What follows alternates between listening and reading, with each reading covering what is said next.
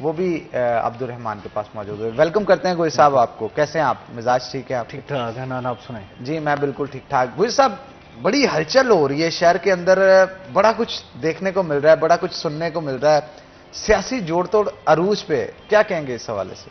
حنان دیکھیں 9 مئی کے بعد یہ ساری چیزیں ایکسپیکٹڈ تھیں, لیکن جس طرح سے تیزی سے پتے جھڑ رہے ہیں, اور یہ گزشتہ روز رانا ثناء اللہ خان نے بھی کہا ہے کہ وہ توقع ہی نہیں تھی کہ ایک ہفتے میں ساری پارٹی جو ہے وہ دڑام سے نیچے گر جائے گی.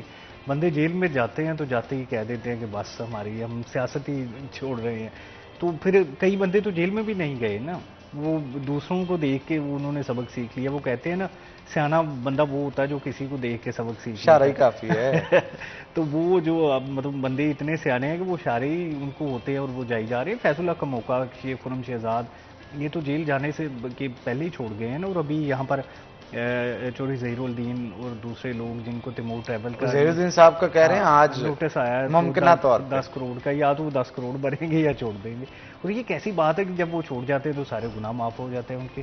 تو یہ ایک طرح سے دوڑ لگی ہوئی ہے کہ کون زیادہ جلدی چھوڑے گا نا, میراتھن ریس ہوتی ہے نا کہ کون جیتے گا. تو اس طرح سے یہ جلدی ہے کہ کون زیادہ تیزی سے چھوڑے گا تاکہ ان کو جو آگے آنے والے ٹائم میں جو کہیں ایڈجسٹ کرنا ہے تو وہ ہو سکے, یا اس کے علاوہ یہ بھی ہو سکتا ہے کہ ان کے گناہ جلدی معاف ہو جائیں, کیونکہ اس کے بعد یہ بھی حنان کہا جا رہا ہے کہ یہاں پر جتنے بھی ان کے اراکین صوبائی اسمبلی جن کے ٹکٹ ہولڈرز ہیں اسپیشلی, وہ سبھی جو ہے وہ بیان حلفی دے چکے ہیں. اب آہستہ آہستہ کر کے وہ سامنے آئیں گے. اسماعیل سیلا وہ تو گرفتار ہے, یا اس کے علاوہ یہاں پر وکیل رہنما وہ بھی گرفتار ہیں.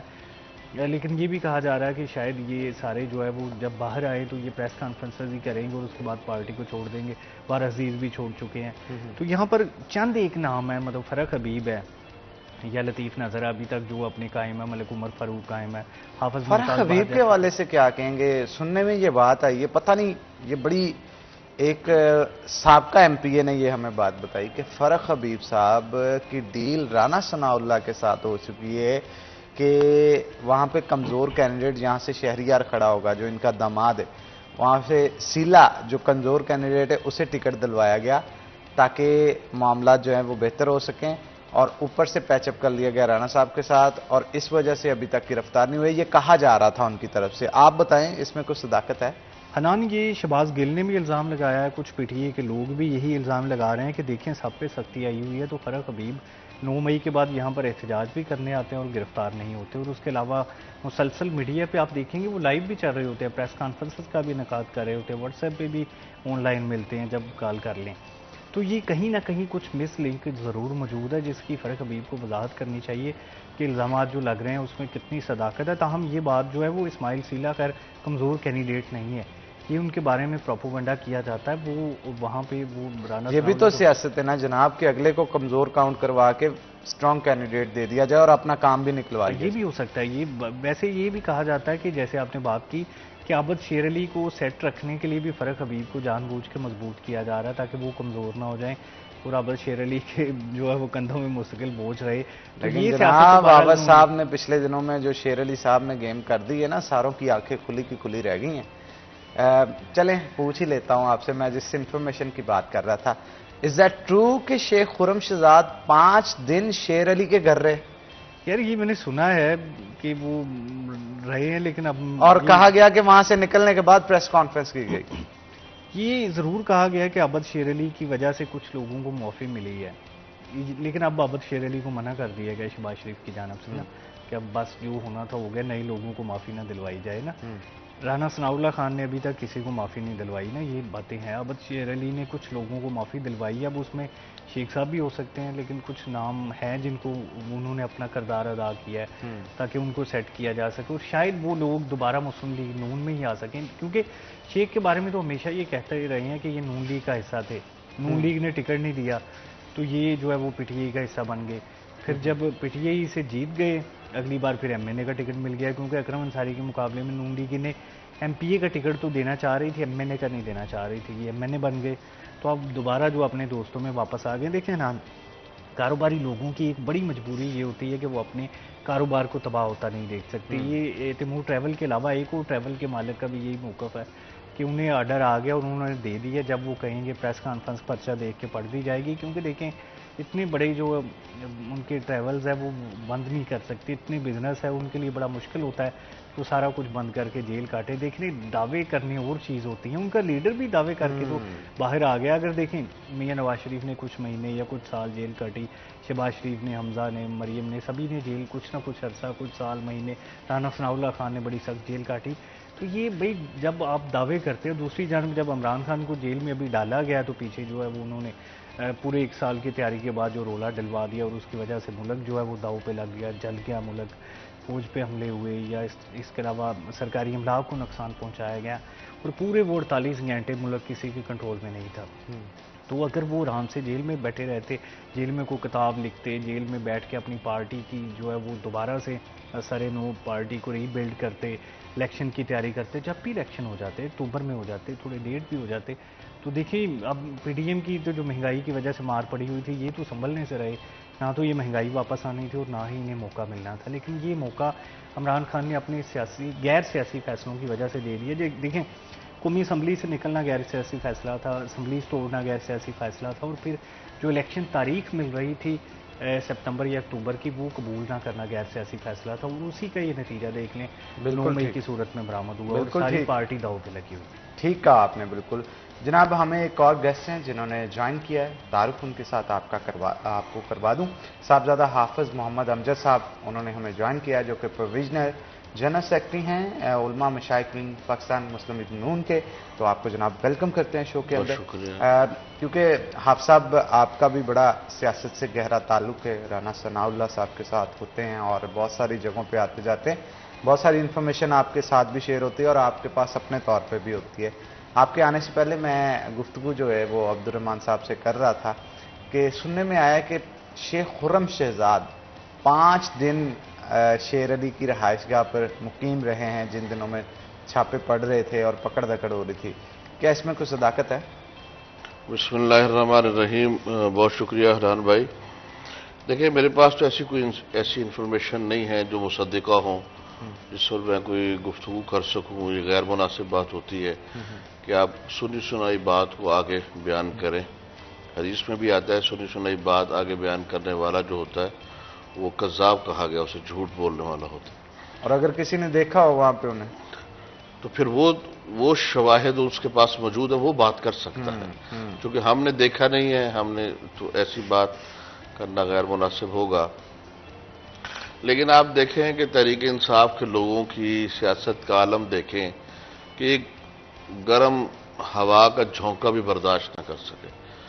جو سیاسی لوگوں کی زندگی کا زیور ہوتا ہے، بے شک وہ اب ان کے خیالات میں یہ ہو کہ ہمارے ساتھ زیادتی ہو رہی ہے، ہمارے ساتھ ظلم ہو رہا ہے، لیکن یہ جیل میں جانا یہ سیاسی لوگوں کا ایک سیاسی زیور اور سیاسی ایسٹس ہوتے ہیں کہ ہمیں جیل میں بھیجا گیا اور ہم نے سیاسی جدوجہد میں حصہ لیا ہے.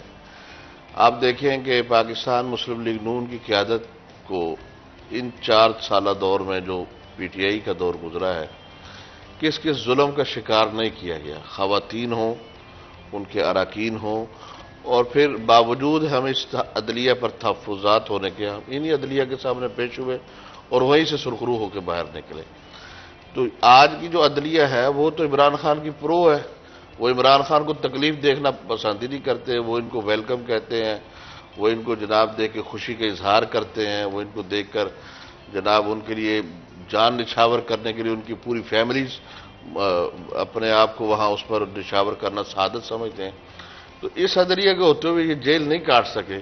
اس سے اندازہ لگائیں کہ ان کی سیاسی حیثیت کیا ہے، یہ کہاں سے جنریٹ ہوئے تھے، کہاں پر یہ پہنچ رہے ہیں. وہ ٹھیک ہے محترمہ مریم نواز شریف صاحب کی بات کہ تم جس نالی سے نکلے تھے اسی میں دوبارہ پہنچائے جا رہے ہو.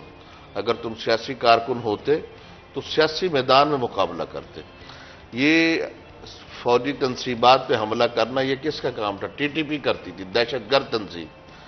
اور ہمیشہ ہم ان کے خلاف اسمبلی کے فلور پر، عوام الناس میں، سول سوسائٹی میں آواز اٹھاتے تھے کہ یہ ایک دہشت گرد تنظیم ہے ٹی ٹی پی، لہذا اس کو بین کیا جائے.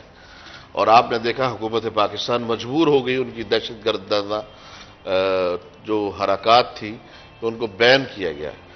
پاکستان کو جو ناقابل تلافی نقصان عمران خان کی 2 دن کی گرفتاری اور پھر 2 دن کے بعد چھوڑ بھی دیا گیا، اور اس میں آ کر اس کا بھانجا جو اٹھا کر وہ ہمارے یہ جو وردی ہے نا، یہ پاکستانی فوج کی وردی نہیں ہے، یہ پاکستان کی عزت کی وردی تھی، پاکستان کا وقار تھا، پاکستان کا رعب اور دبدبہ تھا، جس کو ظلم خلیل زادہ، جس کو ہمارے قائد پنجاب رانا ثناء اللہ خان صاحب نے کہا یہ خلیل زادہ نہیں ہے، حرام زادہ ہے جو پاکستان کے دشمن ہے، اس نے عراق میں خانہ جنگی کروائی، یہ وہ شخص ہے جس نے افغانستان میں خانہ جنگی کروائی، یہ وہ خلیل زادہ ہے جس نے شام کو خانہ جنگی کے اندر دھکیلا، وہ عمران خان کی سپورٹ کر رہا ہے، اور عمران خان کا بھانجا سر میدان اس کو لٹکا کر اس یونیفارم کو کیا پیغام دے رہا ہے، یہ بھائی صاحب کی یہ ہے، یہ ہندوستان کو خوش کیا جا رہا تھا، یہ پاکستان کے دشمنوں کو خوش کیا جا رہا تھا۔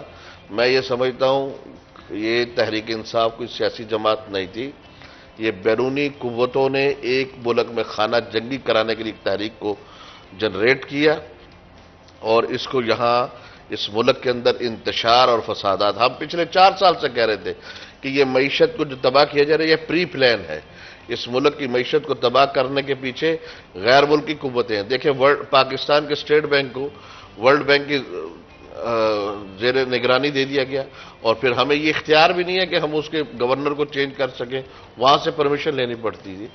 تو کمزور سے کمزور ملک بھی ایسے فیصلے نہیں کرتا، بنگلہ دیش نہیں کرے گا، سری لنکا نہیں کرے گا جو ڈیفالٹ کر چکا ہے، مالدیپ، بھوٹان جیسے ملکوں نے اپنی معیشت کو اپنے ہاتھ میں رکھا ہوا ہے۔ تو ہم یہ سمجھتے ہیں کہ یہ کوئی سیاسی جماعت نہیں تھی، یہ ایک فتنہ تھا، انتشار کا باعث تھا، اور آج اسی لیے تو اس کے یہ سارے چھپے پھرتے ہیں۔ وہ بھائی آپ سیاسی لوگ تھے تو میدان میں آتے کہ بھئی ہمارے ہاتھ رنگے ہوئے نہیں ہیں، ہم برداشت کریں گے۔ 2 دن کے بعد شیخ رشید رونا شروع ہو جاتا ہے، 2 دن کے بعد فواد ڈبو رونا شروع ہو جاتا ہے، اور پھر جو باہر نکلتا ہے کہتا ہے جی میں تو پریس کانفرنس کروں گا، اور پھر اوپر سے دیکھیں کیسے شور بچایا جا رہا ہے کہ جی ان پر دباؤ ہے۔ وہ بھائی دباؤ کس جماعت پر نہیں ہوتا؟ رانا ثناء اللہ خان پر دباؤ نہیں تھا، زمین پہ نہیں لٹایا گیا، مریم نواز پر دباؤ نہیں تھا، نواز شریف پر دباؤ نہیں تھا، کس پر دباؤ نہیں تھا؟ لیکن ان لوگوں نے فیس کیا، ان کو پتا تھا کہ ہمارا یہ ملک ہے، ہم سیاسی لوگ ہیں، ہمارے ساتھ آج زیادتی ہو رہی ہے تو کل انشاءاللہ ہم سرخرو بھی ہوں گے، اور پھر انہی عدالتوں سے سرخرو ہو کر آج پی ڈی ایم ایک حکومت میں ہے، اور انشاءاللہ ملک کو ترقی کی طرف لے کے جائیں گے۔ یہ لوگ فتنہ تھے، ان کے اندر چور تھا، عوام کو فیس کر نہیں سکتے، اور اب یہ تکلیف برداشت نہیں کر سکتے، اب کہہ رہے جی ہم پہ دباؤ ہے، اور جو باہر نکلتا ہے سیدھا پریس کلب میں جاتا ہے، پریس کانفرنس کرتا ہے، چھوڑ کے بھاگ جاتا ہے، رہو اندر، کیا ہو گیا؟ اب کہاں گیا لیڈر؟ اب کہاں گیا لیڈر؟ وہ جس کے پیچھے آپ نے اس ملک کو تباہ کر دیا، وہ لیڈر اندر بیٹھا ہوا ہے آرام سے، اور وہ غیر ملکیوں کا جو ایبسولوٹلی ناٹ کا بڑا نعرہ لگایا تھا، اب ان کو منتیں کرا ہے کہ ہمارے لیے بیان دے دو، ہمارے بیان دے دو۔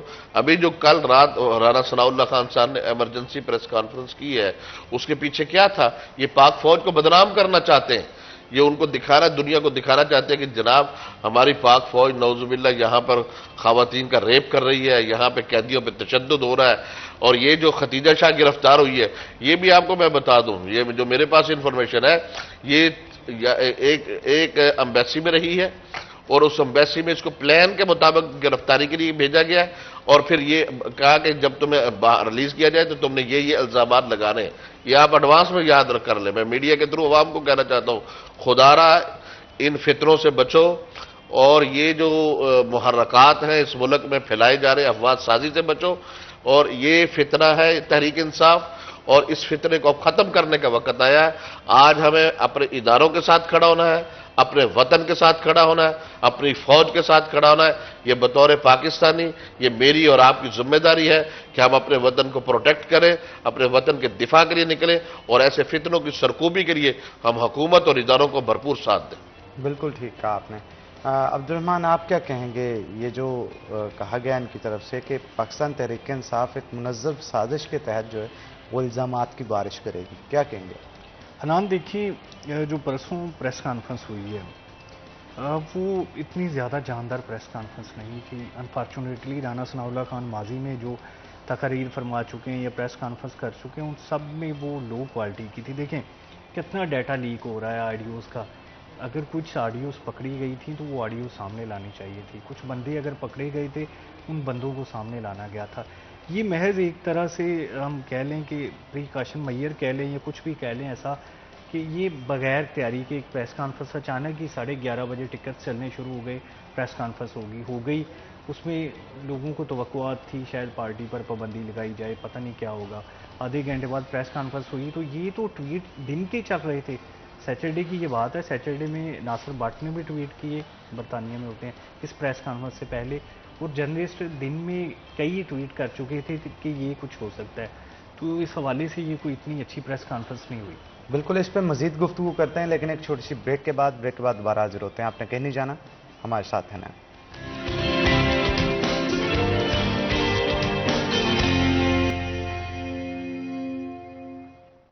ویلکم بیک ناظرین, بریک کے بعد خوش آمدید. عبد الرحمان ہمارے ساتھ موجود ہیں, مزید گفتگو ان کے ساتھ کرتے ہیں. عبد الرحمان, گزشتہ روز جو 28 مئی کے حوالے سے رانا ثناء اللہ کی جانب سے ایک ریلی کا انعقاد کیا گیا, مختلف کیمپس وغیرہ بھی لگائے گئے تھے, اس پہ تھوڑی روشنی ڈالیں, کیسا رہا وہ؟ حنان, کافی عرصے کے بعد نون لیگ کو دوبارہ سے موبلائز ہوتے دیکھ کر بڑی خوشی ہوئی. کہ مریم نواز کا اچھا فیصلہ تھا پنجاب بھر میں جو تقریبات کی, لاہور میں بڑا اچھا شو کیا, فیصل آباد میں بہت اچھا شو تھا. ایک ٹائم پہ جب رانا ثناء اللہ خان ضلع کونسل میں ریلی لے کے آئے تو تب تمام لوگ جو ادھر آ چکے تھے اور وہ ایک اچھا پاور شو بن چکا تھا. اچھی گیدرنگ تھی, جس کو ایک آپ مقول سے اچھی گیدرنگ کہہ سکتے ہیں نا, وہ تھی. ایک جلسہ ٹائپ ماحول بن چکا تھا.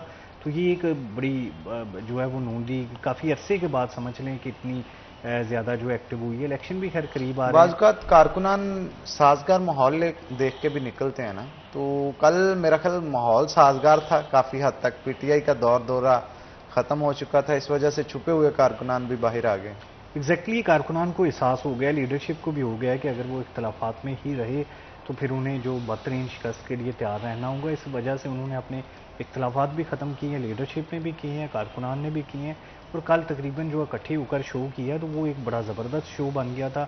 رانا ثناء اللہ خان نے خطاب بھی کیا, جس کی حافظ صاحب بھی تھوڑا بہت کہہ چکے ہیں, بڑی عمران خان پر تنقید بھی کی کہ ایک ہفتے میں سارے لوگ جو ہے وہ پارٹی چھوڑ کر جا رہے ہیں. لیکن ساتھ میں یہ بھی اندیا دیا گیا کہ صرف ان لوگوں کو معافی ملے گی جو قابل معافی جرم والے ہوئے, جو ناقابل معافی جرم والے ہوئے انہیں معافی نہیں ملے گی. تاہم جو ہے وہ فیصل آباد میں تو ایسے لگ رہا ہے کہ جیسے لوٹ سیل لگی ہوئی ہے کہ جو جتنی جلدی چھوڑتا ہے اس کو اتنی جلدی معافی مل جاتی ہے. تاہم آنے والے دنوں میں دیکھنا ہوگا, کیونکہ فیض کا موقع دیکھیں باہر چلے گئے ہیں, کیسز تو ان پر بھی وہی ہے جو کارکنان پر. اب کارکنان جیلوں میں اور وہ باہر ہے, شیخ خرم شہزاد ہو گئے یا مزید جو لوگ میں نے نشاندہی کی کہ چھوڑنے کے لیے تیار بیٹھے ہیں سوائے فرق حبیب کے, تو الزامات سب پر وہی ہیں, پرچے سب پر وہی ہیں. لیکن جو پریس کانفرنس کرتا جا رہا ہے, چھوڑتا جا رہا ہے, خیر اس میں بھی کوئی جو ہے وہ ان کی ہوگی, کوئی نہ کوئی مصلحت ہوگی اس میں, یا کوئی پلان ہوگا کہ کس طرح سے پی ٹی آئی کو کمزور کرنا ہے.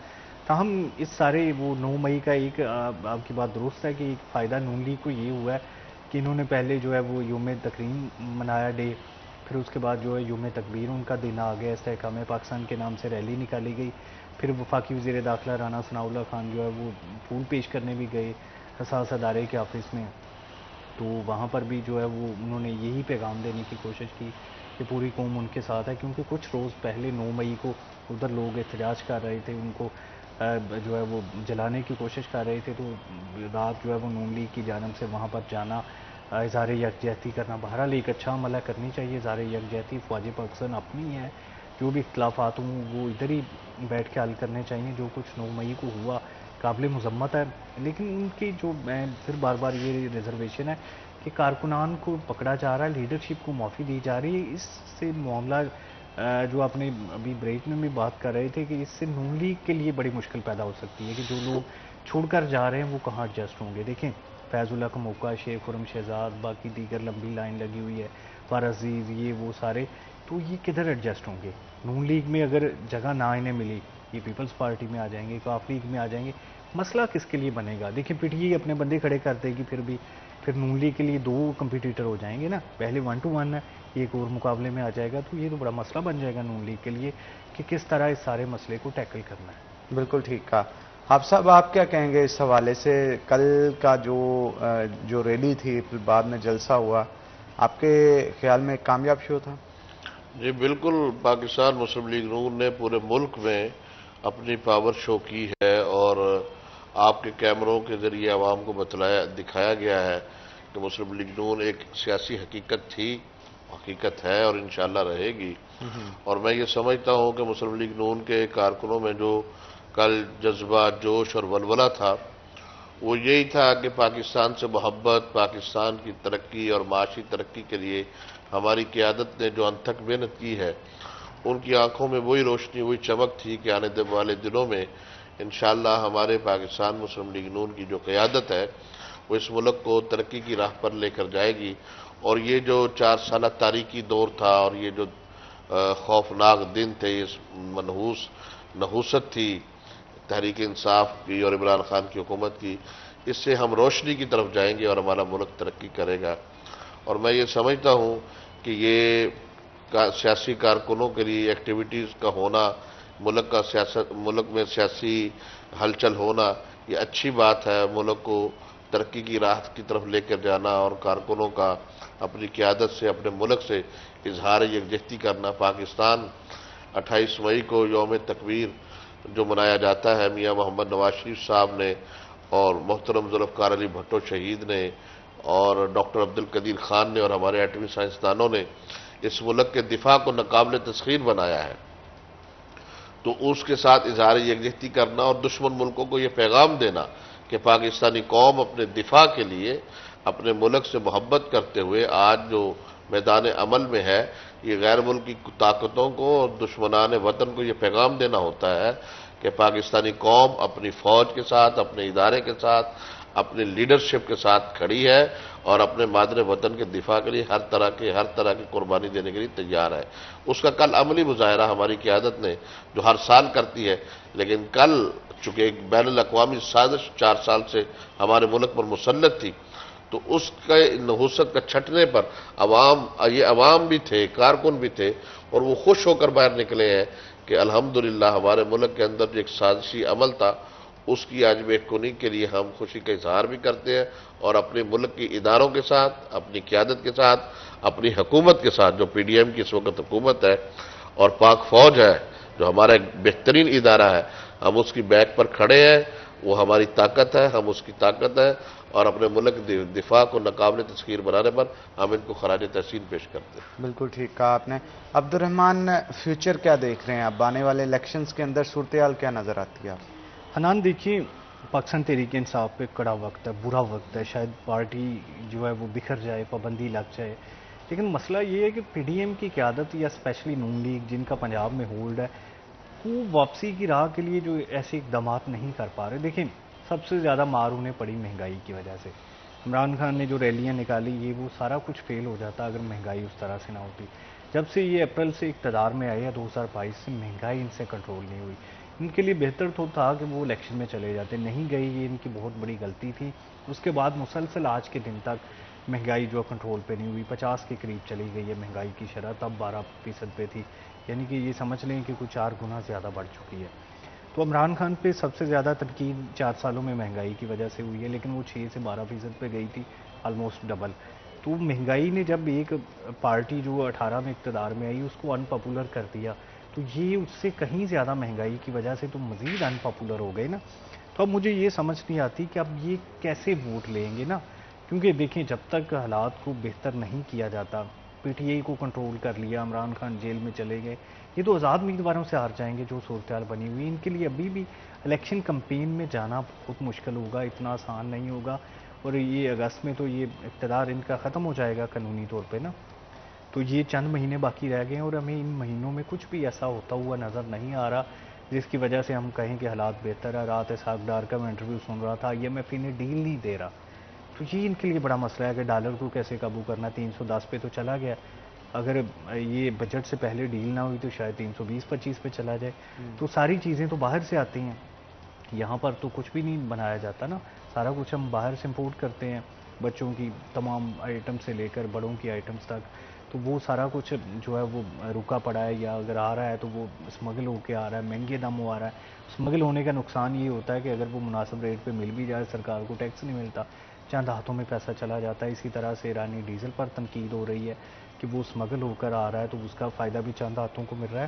تو FBR کے پاس ٹیکس کم اکٹھا ہوگا، یہاں پر ضروریات اگر پوری بھی ہو جائیں گی. تو دوسرا جو اوورسیز پاکستانی ہے وہ ہنڈی کے ذریعے پیسے بیچ رہے ہیں، کیونکہ ادھر اچھا خاصا فرق مل رہا ہے انہیں. اگر یہاں پر سرکار 285 روپے دے رہی ہے تو ادھر 310 سے 15 روپے کے درمیان مل رہا ہے، اور جو افغانی تاجر ہے وہ بھی اتنے روپے میں ڈالر خرید بالکل. رہا ہے. اس کا الٹیمیٹلی نقصان جو ہے ملک کی معیشت کو ہوتا ہے. اس پہ مزید بھی گفتگو کریں گے، لیکن ایک چھوٹی سی بریک کے بعد دوبارہ حاضر ہوتے ہیں. آپ نے کہیں نہیں جانا، ہمارے ساتھ ہیں.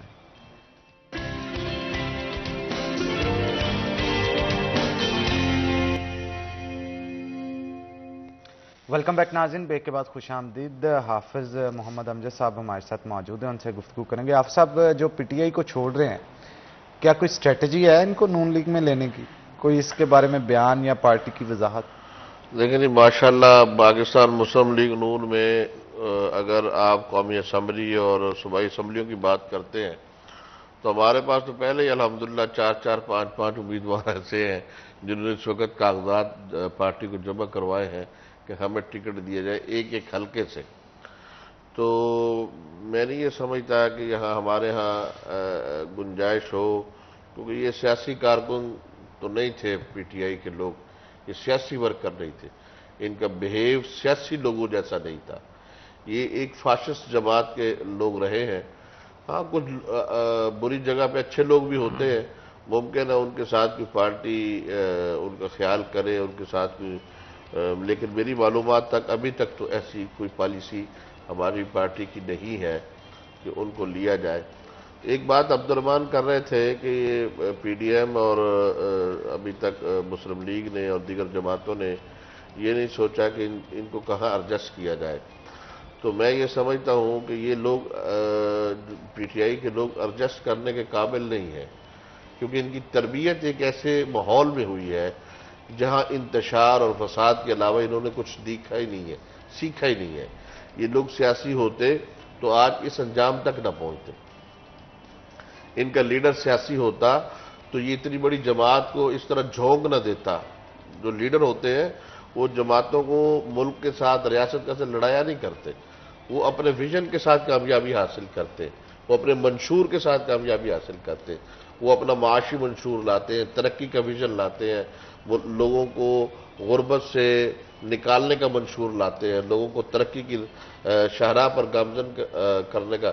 ان کے ہاں تو سب سے پہلے عمران خان کے آپ کلپس نکال کر دیکھیں، یہ کبھی بجلی کے بلوں کو آگ لگا رہا ہے، کبھی کہہ رہا ہنڈی کے ذریعے مال بھیجیں، کبھی کہتا ہے میں پاکستان سے جو باہر ان کو کیا ہم کہتے ہیں جی، وہ اوورسیز کو کہتا ہے کہ آپ ہنڈی کے ذریعے رقم بھیجیں، آپ پاکستان کا بائیکاٹ کر دیں. تو یہ ایک جو جماعت کے ورکر ہیں، ان کی تربیت سیاسی شعور کی بنیاد پر نہیں ہوئی ہے، جو بہت ضروری ہوتا ہے کسی سیاسی ورکر کے لیے.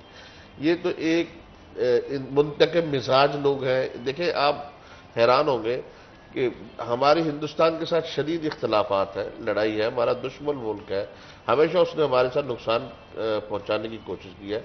اس کے باوجود پاکستان اور ہندوستان مذاکرات کرتے ہیں، ٹیبل پر آتے ہیں. حالانکہ پاکستان ہمیشہ سے مذاکرات کا حامی رہا ہے، لیکن ہندوستان کی جو پالیسی رہی ہے وہ لڑائی اور جھگڑے کی رہی ہے. لیکن پوری دنیا میں آپ دیکھیں، جب دو ممالک آپس میں جنگ کرتے ہیں، اختلافات کرتے ہیں، تو وہ ٹیبل ٹاک کرتے ہیں.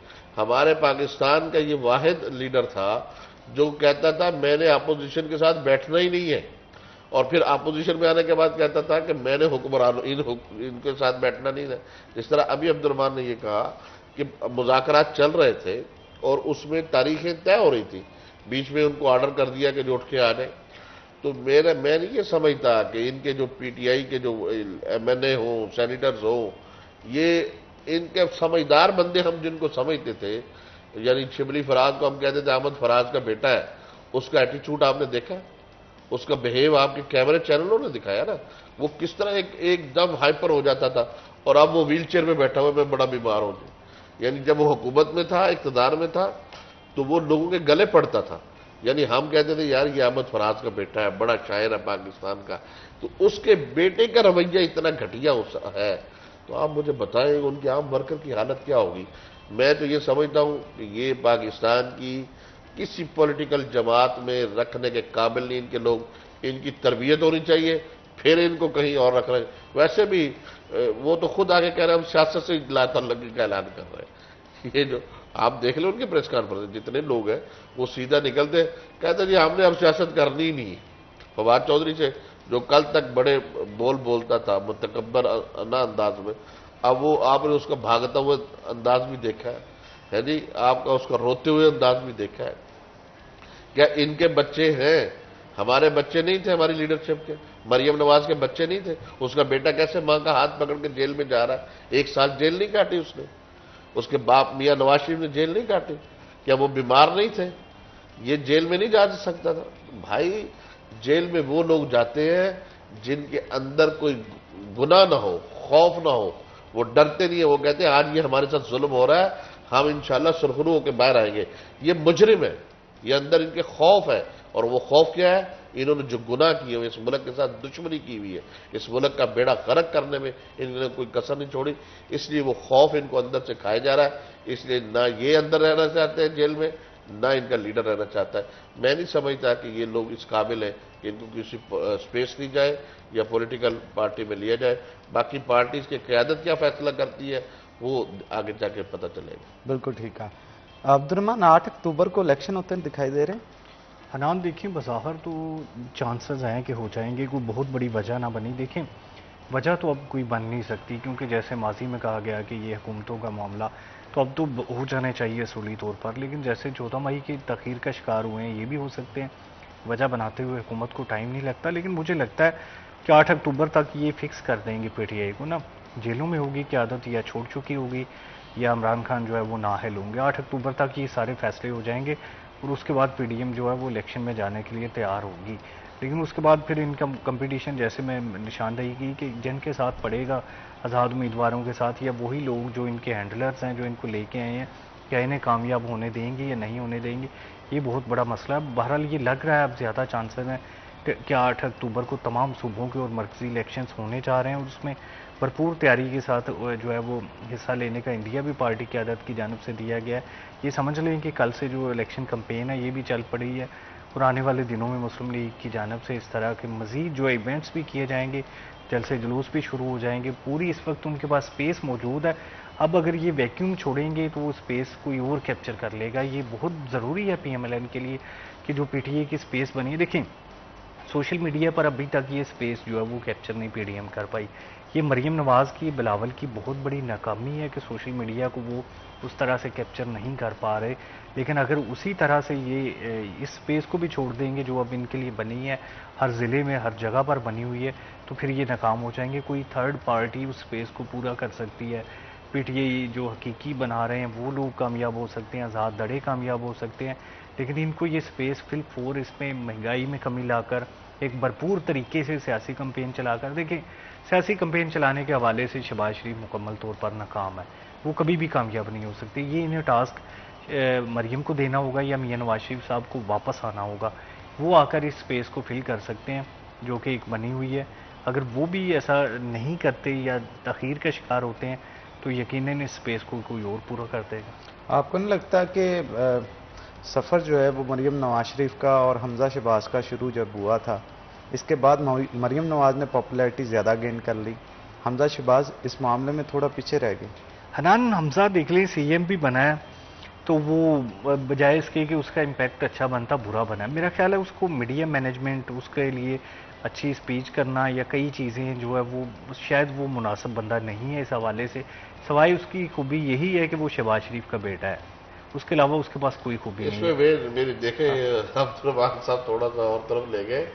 میاں حمزہ شہباز شریف صاحب جو ہے، دیکھیں معاملات پارٹیوں میں کچھ تقسیم کیے جاتے ہیں کہ آپ نے اس میدان میں جا کر یہ کام کرنا ہے اور ایک نے بیک پہ رہ کے یہ کام کرنا ہے.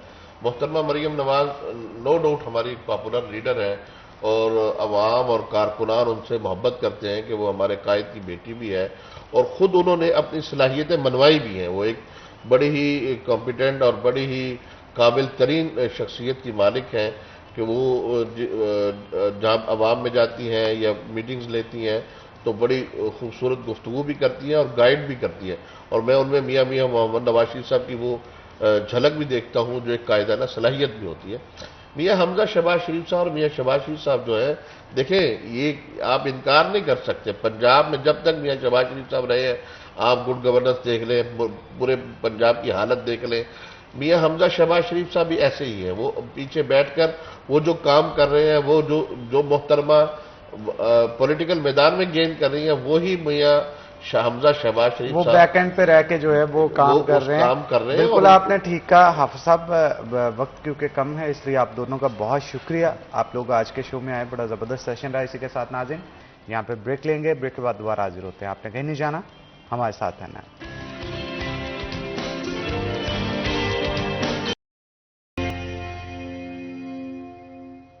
ویلکم بیک ناظرین، بریک کے بعد خوش آمدید. ناظرین جیسا کہ آپ کو پتا ہے سیکنڈ ہاف کے اندر ہماری کوشش ہوتی ہے کہ جتنے بھی آئندہ 24 گھنٹوں کے لیے جو ریٹس فروٹس سبزیاں یا گوشت کے نکالے جاتے ہیں مارکیٹ کمیٹی کی طرف سے، اس سے آپ کو آگاہ کیا جائے. بہت سارے لوگوں نے اپنا بجٹ بنانا ہوتا ہے، اپنے سارے دن کا گھر میں کیا بنایا جائے، کیا پکایا جائے، اور اس کے ساتھ ساتھ جو ریٹس کم ہوتے ہیں جو زیادہ ہوتے ہیں ان کی بھی ڈیٹیلز جو ہیں وہ آپ کے ساتھ شیئر کی جاتی ہیں. تو چلتے ہیں جناب ہمارے اسپیشل سیگمنٹ آج کے بھاؤ کی طرف. ہمارے ساتھ بلال ڈوگر موجود ہوں گے. بلال بتائیے گا کیا صورتحال ہے، مارکیٹ کمیٹی کی طرف سے جو لسٹ پبلش کی گئی ہے اس کے مطابق آج ریٹس کیا ہوں گے؟ جی بالکل، مارکیٹ کمیٹی فیصل آباد کی جانب سے آج بروز سوموار کی ریٹ جو ہے برقرار ہے، مہنگے ترین ہے، عوامی پہنچ سے دور ہیں. سبزیوں میں بات کریں تو معمولی سے فرق ہے لیکن پھل مکمل طور پر مستحکم دکھائی دیتے ہیں. ٹماٹر 3 روپے سستے ہوئے ہیں، 33 سے 30 روپے کلو. گھیا توری 10 روپے مہنگی ہوئی ہے، 75 سے 85 روپے کلو. کریلا 10 روپے سستا ہوا ہے، 85 روپے سے 75 روپے کلو. کھیرے 5 روپے مہنگے ہوئے ہیں، 55 سے 60 روپے کلو. مٹر سبز 40 روپے مہنگے ہوئے ہیں، 310 سے 350 روپے کلو. بھنڈی توری 5 روپے سستی ہوئی ہے، 100 روپے سے 95 روپے کلو پہ آ گئی ہے. سیب کالا کلو 350 پہ ہے، فالسا 180 پہ ہے. آڑو 150 روپے کلو ہے. تربوز 45 روپے ہے. خربوزہ 90 روپے کلو پہ برقرار ہے. سیب سفید 10 روپے مہنگا ہوا ہے، 200 سے 210 روپے کلو ہو گیا ہے. کیلا 10 روپے درجن سستا ہوا ہے، 370 سے 360 روپے درجن ہو گیا. آم انور ٹول 370 پہ ہے. آم سندڑی 200 پہ ہے. آم مالدہ 125 پہ ہے. آم دسہری 210 پہ ہے. آم لنگڑا 110 روپے کلو پہ برقرار ہے. قیمتوں میں فلکچویشن ہے لیکن ہفتے کے آغاز کے اندر ہی قیمتیں بیشتر مستحکم دکھائی دیتی ہیں. اکا دکا تبدیلی کے علاوہ سب کچھ مستحکم آنے والے دن تعین کریں گے. اس ہفتے کے دوران گزشتہ ہفتے کی طرح قیمتیں نیچے جاتی ہیں یا مہنگائی کا پارا چڑھتا ہوا دکھائی دیتا ہے. جی بہت شکریہ بلال، آپ صورتحال سے آگاہ کر رہے تھے. آگے بڑھتے ہیں ناظرین، جیسا کہ آپ کو پتا ہے کہ جو سیاسی انسٹیبلٹی ہے اس کی وجہ سے معاملات بھی کافی حد تک ڈسٹرب ہوتے ہیں. تو سیاسی انسٹیبلٹی ہونے کی وجہ سے یہ جو ریٹس ہیں نا ان میں بھی فلکچویشن آتی ہے، کیونکہ بہت ساری چیزیں جو ہمارے ملک میں تو موجود ہوتی ہیں، بہت ساری امپورٹ بھی ہوتی ہیں، بہت ساروں کو ایکسپورٹ بھی کرنا ہوتا ہے. مختلف ٹیکسز کے ریشوز چینج ہونے کی وجہ سے جو ریٹس ہیں ان میں کبھی کمی آ جاتی ہے، کبھی بڑھ جاتے ہیں. لیکن ہمارے ہاں زیادہ ٹرینڈ جو دیکھا جاتا ہے وہ یہی دیکھا جاتا ہے کہ ریٹ جو ہے وہ زیادہ بڑھ رہا ہے. اور ایک اور چیز یہاں پہ میں لازمی گفتگو کرنا چاہوں گا، آپ نے اکثر دیکھا ہوگا کہ ایسی چیزیں جن کا ڈالر کے ساتھ کوئی لینا دینا بھی نہیں ہوتا، جب ڈالر بڑھتا ہے تو ان کا بھی ریٹ بڑھا دیا جاتا ہے. تو جب کچھ پوچھا جاتا ہے دکاندار کی طرف سے، گاہک کی جانب سے کہ جناب یہ مہنگا کیوں، تو ان کا ایک ہی سوال ہوتا ہے کہ جناب آپ نے ڈالر کو کبھی اوپر جاتے ہوئے دیکھا ہے؟ تو ڈالر سے ان چیزوں کا لینا دینا نہیں بھی ہوتا ہے، اس کے باوجود بھی چیزوں کو مہنگا کر دیا جاتا ہے. البتہ بات پھر وہیں پہ آ کے رکتی ہے کہ چیک اینڈ بیلنس جو ہے وہ اگر مناسب طریقے سے کیا جائے تو بہت ساری چیزوں کو کنٹرول کیا جا سکتا ہے. اور آل اوور دا ورلڈ اگر دیکھا جائے یہ پاکستان ہی ہے جہاں پہ چیزوں کے ریٹس کو کنٹرول کیا جاتا ہے. دنیا بھر کے اندر مارکیٹ کو جو ہے وہ بہت سارے ملکوں میں اوپن چھوڑ دیا جاتا ہے، ایک جگہ سے ایک ریٹ ملتا ہے تو دوسری جگہ سے دوسرا.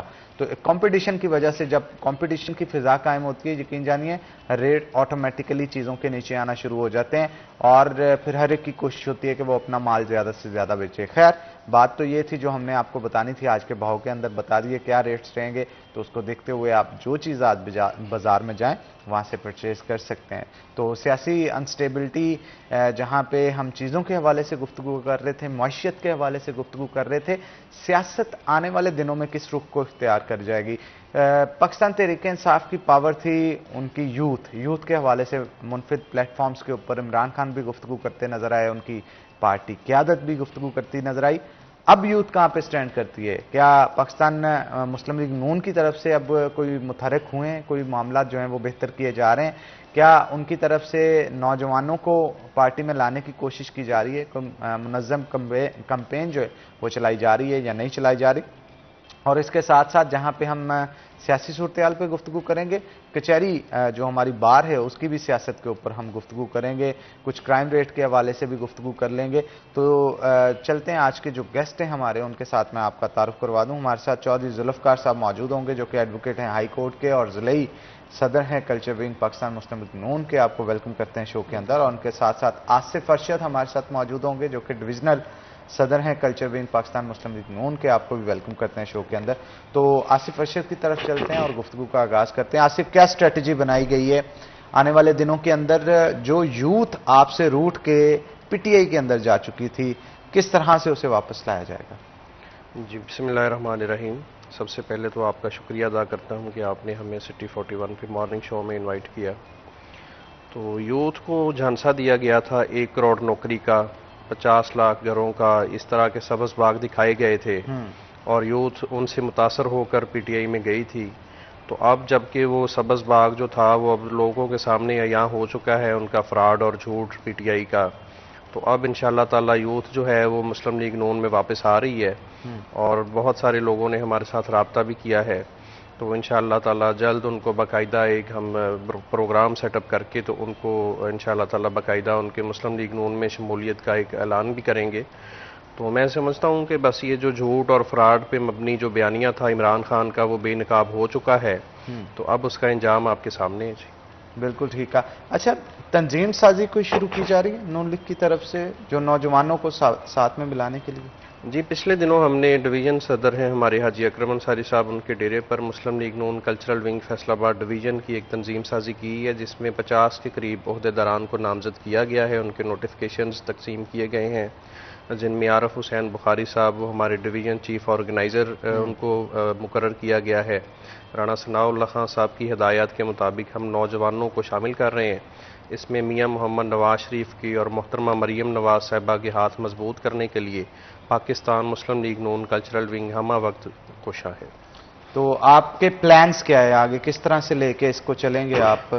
کیا سمجھتے ہیں کہ نوجوان جو ہیں وہ کس طرح سے راغب ہوں گے پاکستان مسلم لیگ نون کی طرف؟ کیا منشور کیا ہے آپ کا؟ کیا منشور پاکستان مسلم لیگ نون کا ہمیشہ عوام کی خدمت اور ترقی ہی رہا ہے۔ آپ دیکھ لیں کہ جتنے بھی منصوبے ہیں، موٹر وے ہے، یا کل یوم تکبیر تھا، ایٹم بم، سلور جوبلی منائی کل قوم نے، تو پاکستانی قوم کو مبارکباد بھی پیش کرتا ہوں جو کہ میاں محمد نواز شریف صاحب نے 1998 میں امریکی دباؤ کو جوتے کی نوک پر رکھتے ہوئے پاکستان کو پہلی اسلامی ایٹمی قوت ہونے کا اعزاز بخشا۔ تو انشاءاللہ تعالی جیسے نوجوانوں کی اور ساری پاکستانی عوام کی فلاح و بہبود کے لیے میاں محمد نواز شریف اور ان کی ٹیم نے کام کیا ہے، مستقبل میں بھی انشاءاللہ تعالی نوجوانوں کو بھی اور ساری عوام کو خوشخبریاں ملیں گی، ان کو روزگار کے مواقع میسر ہوں گے، اور میں سمجھتا ہوں کہ جتنے بھی ترقیاتی کام جو رکے ہوئے تھے وہ بھی دوبارہ سے سٹارٹ ہو چکے ہیں۔ تو انشاءاللہ تعالی پاکستان جو ہے وہ جلد ایشین ٹائیگر بھی بننے جا رہا ہے، اور جو ڈیفالٹ کر رہا تھا اس کو بھی میاں محمد شہباز شریف صاحب نے سنبھالا دیا ہے۔ ہم نے سیاست نہیں، ہم نے ریاست بچانے کو ترجیح دی ہے۔ تو انشاءاللہ تعالی میاں محمد نواز شریف صاحب کی قیادت میں، میاں شہباز شریف صاحب کی قیادت میں، محترمہ مریم نواز شریف صاحبہ کی قیادت میں، اور وزیر داخلہ جناب رانا ثناء اللہ خان صاحب کی قیادت میں پاکستان جو ہے وہ ترقی کی منازل طے کرتا ہوا انشاءاللہ تعالی دنیا کے افق پر ابھرے گا۔ بالکل ٹھیک ہے۔ ہمارے ساتھ چودھری ذوالفقار صاحب بھی موجود ہیں، ان سے بھی بات کریں گے۔ چودھری صاحب، گزشتہ روز جو ریلی نکالی گئی رانا ثناء اللہ کی طرف سے، اور ایک لمبا پروسیس تھا، یعنی انہوں نے اپنے حلقے سے شروع کیا، امین پور بائی پاس سے ہوتے ہوتے پورا نڑوالا روڈ کراس کیا، اس کے بعد ضلع کونسل چوک میں گئے، وہاں سے پھر چناب چوک میں جا کے جو ریلی اختتام پذیر ہوئی۔ اس دوران مختلف کیمپس بھی لگائے گئے تھے اور کارکنان کی بڑی تعداد بھی دیکھنے کو ملی۔ آپ کیا سمجھتے ہیں کہ کیا گزشتہ روز کی ریلی کامیاب تھی؟ بسم اللہ الرحمن الرحیم۔ اس میں کوئی شک نہیں ہے کہ کل کی جو ریلی تھی وہ انشاءاللہ بہت زیادہ کامیاب تھی، کیونکہ اس میں رانا ثناء اللہ صاحب کا اپنا حلقہ آتا تھا، وہاں سے انہوں نے سٹارٹ لیا تھا، اور جگہ جگہ پہ جب ریسیپشن ان کی ہوئی تو وہاں پہ بڑا ان کا استقبال کیا گیا. اصل مقصد ریلی کا یہ نہیں تھا کہ ہم نے اس کو شو کروانا تھا. اصل مقصد ہمارا یہ تھا کہ جو ہمارا جو بیک اپ تھوڑا سا نظر آ رہا تھا کہ پی ٹی آئی جو تھی کہہ رہے تھے کہ عروج پہ جا رہی ہے, ووٹ بینک اس کا بہت زیادہ بن گیا ہے, یہ اس طرح ہو رہا ہے. اب یہ جو ریلی کا ہمارا یہی ایک مقصد تھا کہ ہم لوگوں کو بتائیں کہ یہ جو پہلے بیانیہ تھا وہ غلط ہو چکا ہے, اصل لوگ جو ہے وہ سمجھ چکے ہیں اور ہمارے ساتھ ہیں, اور اس لیے لوگ جو ہے وہ جوگدار جو باہر نکلے. اور میں بھی اس ریلی میں شامل تھا اور میں نے دیکھا تھا کہ لوگوں کا جو جذبہ تھا, جوش و خروش تھا, وہ کس حد تک زیادہ تھا کہ ریلی لائن لگی تھی. میں جب غلام محمد آباد سے وہاں سے چلا تھا نڈولہ روڈ سے, تو اس کی بیک جو دم تھی وہ شاید نڈولہ روڈ کے اوپر ہی تھی, لیکن جو فرنٹ تھا وہ کچہری چوک میں پہنچ گیا تھا. یہاں اچھا, ویسے مجھے یہ بتائیے گا, سب سے بڑا جو گیٹ ٹوگیدر دیکھنے کو ملا جہاں پہ سارے M P M N As بھی اکٹھے ہو چکے تھے, گزشتہ جو مسلم لیگ نون کے تھے, وہاں پہ رانا ثناء اللہ صاحب نے تقریر بھی کی. تو وہاں پہ یہ جلسے کا نہیں کہا گیا تھا, لیکن ایک جلسہ ٹائپ بن گیا تھا وہ نا, جہاں پہ رانا صاحب کیونکہ کارکنان سارے وہاں پہ تھے. تو آپ کیا سمجھتے ہیں کہ ایک چھپے ہوئے جو کارکنان تھے مسلم لیگ کے نون کے, کیا وہ بھی باہر نکلے؟ کیونکہ گزشتہ روز جو ان کی تعداد دیکھنے کو ملی غیر معمولی تھی. مطلب مریم نواز صاحبہ نے بھی یہاں پہ جلسہ کیا, لوگ اتنے نہیں نکلے. کیا یہ پاکستان تحریک انصاف جو چھوڑ کے جا رہی ہے اس کا شاخسانہ ہے, اس کی وجہ سے کارکنان جا رہے ہیں؟ نہیں, اس میں شک والی بات نہیں ہے کہ بالکل لوگ بہت زیادہ تعداد میں باہر نکلے تھے. اس کی مین وجہ یہ تھی کہ جو پی ٹی آئی کا اصل بیانیہ وہ منظر عام پہ آ چکا تھا, وہ ساری چیزیں لوگ جان چکے تھے, اور وہ جاننے کے بعد پھر انہوں نے اپنے آپ کو باہر نکل کے بتایا کہ نہیں, وہ لوگ غلط تھے, ہم لوگ ٹھیک ہیں. اس لیے یہ لوگ جو ہے وہ باہر کے ریلی کے اندر شامل ہوئے اور سارے لوگ باہر نکلے ہیں. باقی آپ کی بات یہاں تک کسی حد تک درست ہے کہ کچھ ایسے لوگ ہوتے ہیں, آپ کو پتہ ہے کہ وہ وقت کے وقت باہر نکلتے ہیں, جب ٹائم آتا ہے تو وہ پیچھے بیٹھ بھی جاتے ہیں اور اپنے کو شو بھی نہیں کرواتے, کہتے ہیں نہ میں ادھر رہیں نہ ادھر رہیں, لیکن وقت کے اوپر کہتے ہیں نا کہ وہ موسمی پرندے باہر آ جاتے ہیں. تو یہ اس طرح ہوا ہے, اس میں کوئی شک نہیں ہے. ایسی بہت ساری چیزیں سامنے آئی ہیں دیکھنے میں, لیکن جو میکسیمم تھی وہ لوگوں کا جوش و خروش تھا جو باہر نکلا. اور خصوصاً میں سمجھتا ہوں کہ جو مریم نواز صاحبہ جو ہیں, ان کا جو آج کل طریقہ کار چل رہا ہے, جس طرح وہ آگے لوگوں کو موٹیویٹ کر رہے ہیں, جس طرح وہ لیڈرانہ صلاحیت کو آگے لا رہی ہیں, ان کی اس کاوش کا یہ نتیجہ ہے کہ لوگ جوگ جہاں باہر نکل رہے ہیں. بالکل ٹھیک ہے. آپ کو نہیں لگتا کہ آنے والے دنوں کے اندر اگر جیسے یوتھ کی اب میں بات کر رہا تھا آصف سے, کہ یوتھ جو ہے اس کو اگر ساتھ میں نہ ملایا گیا, کیونکہ ہمیشہ آپ نے دیکھا ہے جلسے جلوسوں میں جو یوتھ کا دبدبا یا روب ہوتا ہے, نعرے بازی کرنا, پارٹی جھنڈوں کو لہرانا اور بڑھ چڑھ کے ہر چیز میں, ریلیوں میں, جلسے جلوسوں میں حصہ لینا, تو میرا خیال ہے یوتھ کا ایک خاصا امپیکٹ ہوتا ہے جو کہ الیکشنز کے اوپر آتا ہے. ایون الیکشن ڈے پہ پولنگ کو سنبھالنا اور ووٹرز کو لے کے آنا, لے کے جانا, یہ یوتھ کے نوجوان سارا کر رہے ہوتے ہیں. اس میں شک والی بات نہیں ہے کہ یہ یوتھ ہے, یوتھ کا ایک کلیدی کردار ہے. میں سمجھتا ہوں کہ آج کل کا جو دور جا رہا ہے اس میں یوتھ سب سے آگے ہے. جب تک اب یوتھ کو ساتھ نہیں لے کے چلیں گے تو اب کسی بھی مرحلے میں کسی بھی کام میں کامیاب نہیں ہو سکتے. میں تو سمجھتا کہ گھر کا ایک آج کل جو وقت جا رہا ہے اس کے مطابق تو جو یوتھ ہے وہ اپنے باپ سے بھی آگے ہوتی ہے. وہ کہتے ہیں کہ نہیں جی ہماری بات مانو, باپ کو کہتے, باپ بیچارہ کہتا ہے نہیں جی میں سینئر ہوں, میں ایک تجربہ کار ہوں, میں نے پوری زندگی دیکھی ہے, اس لیے میں جو کہتا ہوں اس کے اوپر چلیں. لیکن یوتھ کہتے ہیں کہ نہیں ہم بھی تجربہ کار ہو چکے ہیں. تو ایک جب گھر کے اندر جو چیزیں ساری ہیں تو ہم پارٹی کے اندر کیوں نہیں, پارٹی کے اندر تو یوتھ کا جو سب سے زیادہ کردار ہے وہ یوتھ کا ہی ہے. اچھا چوہدری صاحب, سوشل میڈیا کے حوالے سے تھوڑی سی گفتگو کرتے ہیں. آپ کو نہیں لگتا کہ ایک طوفان بدتمیزی جو سوشل میڈیا پہ آ چکا ہے, یعنی ایک کینڈیڈیٹ جسے آپ نہیں پسند کرتے اس کے خلاف باتیں لگا رہے ہوتے ہیں, غلط پوسٹیں بنا کے اس کے خلاف لگا رہے ہوتے ہیں, اس کی وجہ سے اس کی تو دل آزاری ہوتی ہے, جو اس کے فیملی ممبرز ہیں اس کی بھی ہو رہی ہوتی ہے. پی ٹی آئی والے نون لیگ پہ, نون لیگ والے پی ٹی آئی پہ, اور پھر کچھ پیپلز پارٹی والے دوسروں پہ, اس طرح کر کے اگر کرتے ہیں تو میرا خیال ہے یہ سوشل میڈیا پہ جو جنگ جاری ہے اس کو بھی لگام ڈالنے کی ضرورت ہے. میں تو اس چیز کو کنڈیم کرتا ہوں، ایسا ہونا نہیں چاہیے. لیکن یہ ہوا کیوں، کیسے ہوا؟ یہ سارا کا سارا جو پی ٹی کا دور ہے، یہاں سے ساری ایک منظم طریقے سے یہ مہم چلائی گئی تاکہ یہ نون گروپ کو یا دوسری پارٹی کو ڈیگریڈ کیا جا سکے. اور ان جو پی ٹی کے لوگ تھے، ان کے ینگسٹر ساتھ تھے، ان کا یوتھ تھا، اور ان کو تو باضابطہ ایک منصوبہ بندی کے تحت گائیڈ کیا جا رہا تھا، سکھایا جا رہا تھا کہ آپ ان کو ڈیگریڈ کرو. ان لوگوں کو جب یہ لوگ ڈیگریڈ ہوں گے تو جو خود پیچھے ہٹیں گے. لیکن میں یقین کریں، میں 1990 سے مسلم لیگ نون کے ساتھ اٹیچ ہوں، لیکن آج تک میں نے مسلم لیگ نون کے اندر یہ چیزیں نہیں دیکھی کہ دوسرے بندے کو ذاتی طور پہ پن پوائنٹ پہ ڈیگریڈ کرنا. لیکن جو پی ٹی اے کی سیاست آئی ہے، اس میں تو آپ بھی سمجھتے ہیں، ہم نے بھی دیکھا، سوشل میڈیا پہ بھی دیکھا، اس میں تو ایسی وہ سمجھتے ہیں کہ یہ چیزوں بڑے شوق سے کرتے ہیں. ان کا یہ شوق ہے، حالانکہ دوسرے بندے کو ڈیگریڈ کرنا یہ ویسی کوئی بات نہیں، تو وہ تو اپنے شوق سمجھتے ہیں. تو یہ ساری چیزیں جو ہیں ان سے چلی ہیں اور انہوں نے ایسا کیا ہے، لیکن ہونا نہیں چاہیے. میں اس بات کم از کم میں اس کو کنڈیم کرتا ہوں. ارشد، آپ آصف ارشد صاحب کیا کہیں گے کہ یہ جو سوشل میڈیا پہ جنگ ایک قسم کی جاری ہے، ایک دوسرے کو ڈیگریڈ کرنے کا ماحول بنایا جاتا ہے، از دیٹ ٹرو کہ یہ مناسب ہے؟ آپ کو کیا لگتا ہے کہ یار یہ کسی کی کریکٹر اسیسینیشن کرنا یہ مناسب ہے یا نہیں؟ یہ میں سمجھتا ہوں کہ عمران خان کی طرف سے یہ جو طوفان بدتمیزی کا طوفان جو برپا کیا گیا، اس نے اپنے کارکنان کی بھی یہی تربیت کی ہے. اس کا ماسٹر مائنڈ عمران خان خود ہے کہ جب وہ تقریر میں میاں نواز شریف کو اوے نواز شریف، اوے ایس پی تمہیں میں نہیں چھوڑوں گا، اس طرح کی باتیں، تو اس کے جو کارکنان ہیں، ججز کو، عدلیہ کو اور ہماری پاک افواج کو اس طرح کی جو زبان درازی ان کے بارے میں کی گئی ہے، تو میں سمجھتا ہوں کہ سیاسی جو کارکنان ہوتے ہیں وہ اپنے لیڈر کو فالو کرتے ہیں. ہم میاں نواز شریف کو فالو کرتے ہیں. میاں نواز شریف صاحب کی طرف سے کبھی ایسی کوئی بات سامنے نہیں آئی کہ انہوں نے اپنی تقریر میں ایسی کسی کو مخاطب کر کے بدتمیزی کو کہا ہو، تو ہم نے بھی تو ان کو ہی فالو کرنا ہے نا. تو عمران خان کی طرف سے طوفان بدتمیزی وہ تقریروں میں لوگ دیکھتے ہیں تو اسی کو فالو کرتے ہیں. تو ابھی میں سمجھتا ہوں کہ اس کی جو تربیت کا جو عملی مظاہرہ آپ نے دیکھ لیا ہے کہ عمران خان کی گرفتاری کے بعد کیسے لوگ باہر نکلے، اور جو دشمن ملک نے ہمارے ساتھ وہ کیا نہیں سلوک، جو 70 سالوں میں ہمارے ساتھ نہیں ہوا، وہ انہوں نے کر دیا. یہ ملک دشمن ہے، یہ ان کا چہرہ عیاں ہو چکا ہے، اور انشاءاللہ یہ اپنے منطقی انتقام کو پہنچ جائیں گے بہت جلد. بالکل ٹھیک کہا. چوہدری صاحب، آپ کیا کہیں گے؟ کچہری کی سیاست کے حوالے سے بھی کچھ گفتگو کر لیتے ہیں.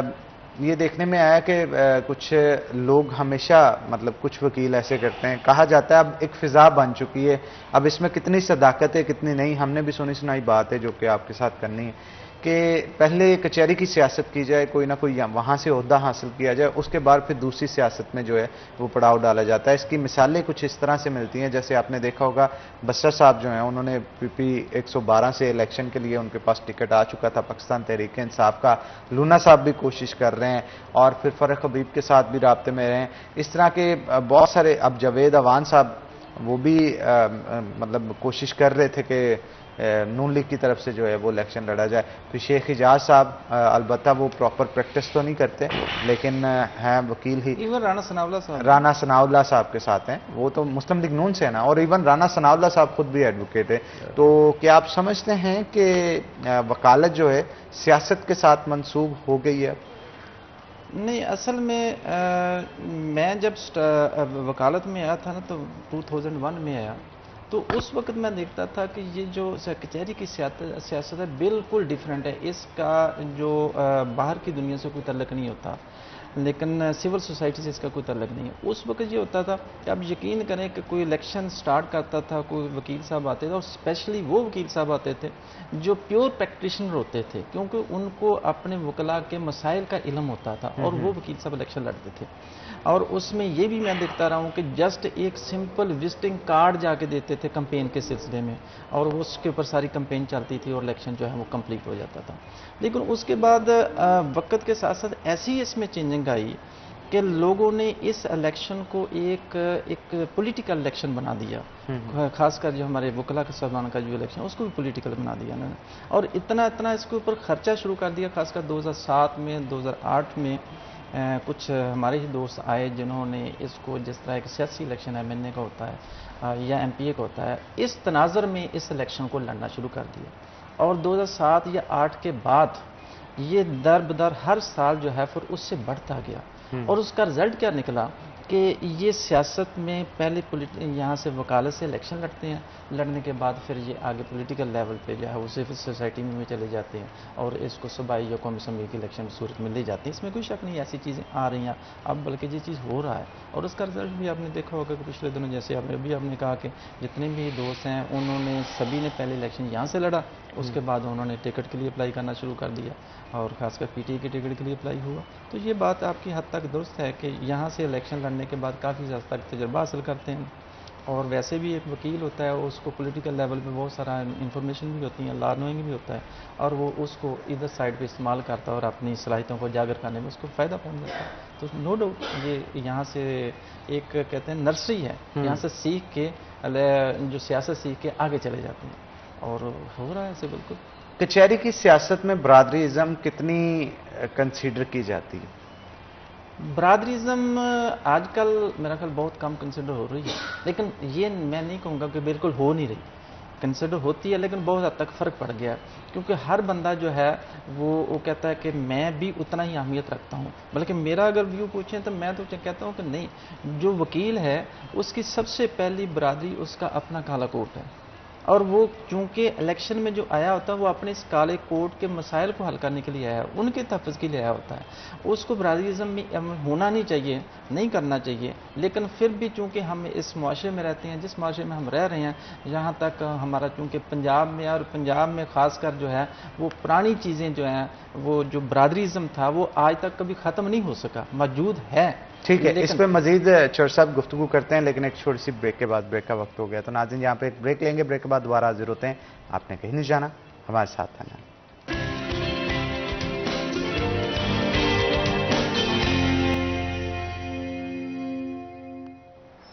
ویلکم بیک ناظرین، بریک کے بعد خوش آمدید. آصف ارشد ہمارے ساتھ موجود ہیں، مزید گفتگو ان کے ساتھ کرتے ہیں. آصف، یونین کونسل لیول تک کس طرح سے کارکنان کو پارٹیز میں متحرک کیا جا رہا ہے، اور آنے والے دنوں میں اگر الیکشنز بھی کیونکہ آ رہے ہیں تو اس کے لیے آپ کی کیا اسٹریٹجی ہوگی کہ کیسے کارکنان کو باہر نکالا جائے؟ جلد سے جلوس بھی ہوں گے، کیا کہیں گے اس سوال؟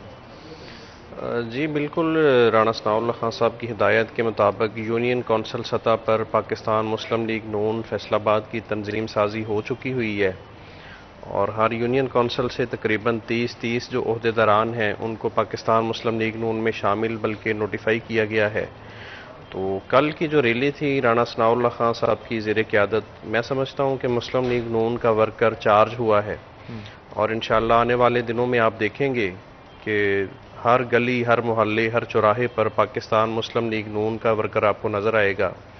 اور پچھلے جو پی ٹی آئی کا 4 سالہ جو دور اقتدار تھا وہ انتہائی مایوس کن تھا نوجوانوں کے لیے. نہ تو ان کو نوکریاں ملی ہیں، بلکہ بہت سارے نوجوان ایسے تھے کہ جن کو جابز اخبار میں اشتہار آتا تھا اس پہ وہ اپلائی کرتے تھے، بلکہ بینک میں اس کی فیسز بھی جمع کرواتے تھے. تو بعد میں یہ آتا تھا کہ جی وہ نوکریاں جو ہیں وہ بین ہو چکی ہیں، وہ اس پہ ابھی بھرتی نہیں ہو سکتی. تو نوجوان کافی مایوس ہیں. تو انشاءاللہ تعالی پاکستان مسلم لیگ نون نوجوانوں کو انشاءاللہ تعالی روزگار کے مواقع بھی فراہم کرے گی، اور آنے والے الیکشن میں پاکستان مسلم لیگ نون واضح اکثریت کے ساتھ فتح یاب ہوگی، اور انشاءاللہ تعالی عوام کی خدمت کے لیے اپنا بھرپور کردار ادا کرے گی. آپ کو نہیں لگتا کہ اس توڑ پھوڑ کی سیاست نے کہ تنصیبات کو نقصان پہنچانا، سرکاری املاک کو نقصان پہنچانا، دنیا بھر کے اندر دیکھا جائے تو احتجاج اتنا پرامن ہوتا ہے کہ لاکھوں کی تعداد میں بھی لوگ بیٹھے ہوں تو کسی کا راستہ نہیں روکا جاتا، جی لیکن یہاں پہ صورتحال بالکل منفرد تھی. آپ اس کے اوپر کیا کہیں گے کہ یہ جو غلط ریت ڈالی گئی ہے ایک قسم کی کہ توڑ پھوڑ شروع کر دو، جلاؤ گھراؤ شروع کر دو، اس کے اوپر کیا کہیں گے؟ جی میں نے پہلے بھی کہا کہ یہ جو سیاسی جو لیڈر ہوتا ہے وہ یہ اپنے کارکنان کی تربیت کرتا ہے. تو عمران خان صاحب نے خود اپنے جو ورکرز ہیں ان کی تربیت ہی ایسی کی ہے، ورنہ پاکستان مسلم لیگ نون کی لیڈرشپ کو دیکھ لیں کہ میاں نواز شریف صاحب، شہباز شریف صاحب، مریم نواز صاحبہ، حمزہ صاحب، رانا ثناء اللہ خان صاحب، کنہوں نے جیلوں کی جو ہیں صحبتیں برداشت نہیں کی، جیلیں کاٹیں، ظلم و ستم برداشت کیے. اور اس میں کہتا ہوں کہ عمران خان کے دور حکومت میں رانا ثناء اللہ خان صاحب کو 6 ماہ سے زائد عرصہ ایک ناجائز اور جھوٹے کیس میں پابند سلاسل اور ظلم کے پہاڑ توڑے گئے. تو پاکستان مسلم لیگ نون کا ورکر تو کسی نے نہیں ایسی توڑ پھوڑ کی یا ایسا کوئی احتجاج جس سے ملکی املاک کو نقصان پہنچے یا عوام کا نقصان ہو، ایسا کچھ بھی نہیں کیا، پرامن احتجاج کیا ہوگا۔ ہمیں پارٹی قائدین کی جانب سے کوئی ایسی ہدایات نہیں ملی کہ جی آپ فلاں جگہ پہ جا کے حملہ کر دیں یا توڑ پھوڑ شروع کر دیں، پرامن احتجاج ضرور ہوا ہوگا۔ تو یہ سمجھتا ہوں کہ عمران خان نے خود اپنے بلکہ اس کے جو رہنما تھے پارٹی کے، وہ کافی جو ہے آڈیو لیکس ہوئی ہیں کہ وہ اپنے ورکرز کو، عہدیداران کو اس بات پہ کہہ رہے تھے کہ آپ وہاں پہ جا کے حملہ کر دیں، آپ وہاں پہ جا کے حملہ کر دیں۔ تو یہ چیز بہت غلط ہے۔ بالکل ٹھیک ہے۔